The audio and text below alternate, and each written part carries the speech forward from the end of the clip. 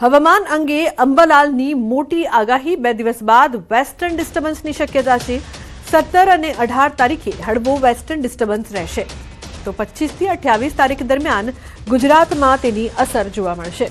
દક્ષિણ ગુજરાતના ભાગો આહવા, વલસાડ, નવસારી અને સુરતના ભાગોમાં અસર થવાની શક્યતા છે તો સૌરાષ્ટ્રના દરિયાકાંઠાના વિસ્તારોમાં ક્યાંક ક્યાંક તેની અસર થઈ શકે। વાદળછાયું વાતાવરણ અથવા કમોસમી વરસાદની શક્યતા રહેશે।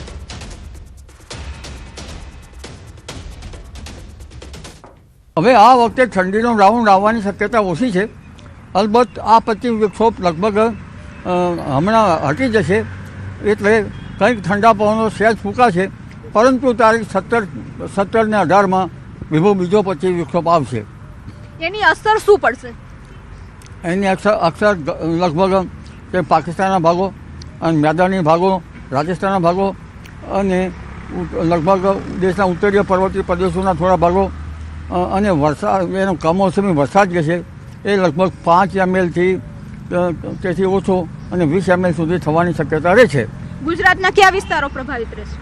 આમાં ગુજરાતના વિસ્તારો પ્રભાવિત થવાની શક્યતા જોવા જઈએ તો ગુજરાતમાં વાદળવાયુ આવવાની શક્યતા રહેશે અને આ ઉપરાંત અરબ સાગરનો ભેજ જે છે એ તારીખ 24 બાદ 24, 26, 27, 28 કે આ માસના અંત સુધીમાં અને માર્ચની શરૂઆત સુધીમાં હવામાનમાં પડતા આવ્યા જ કરશે।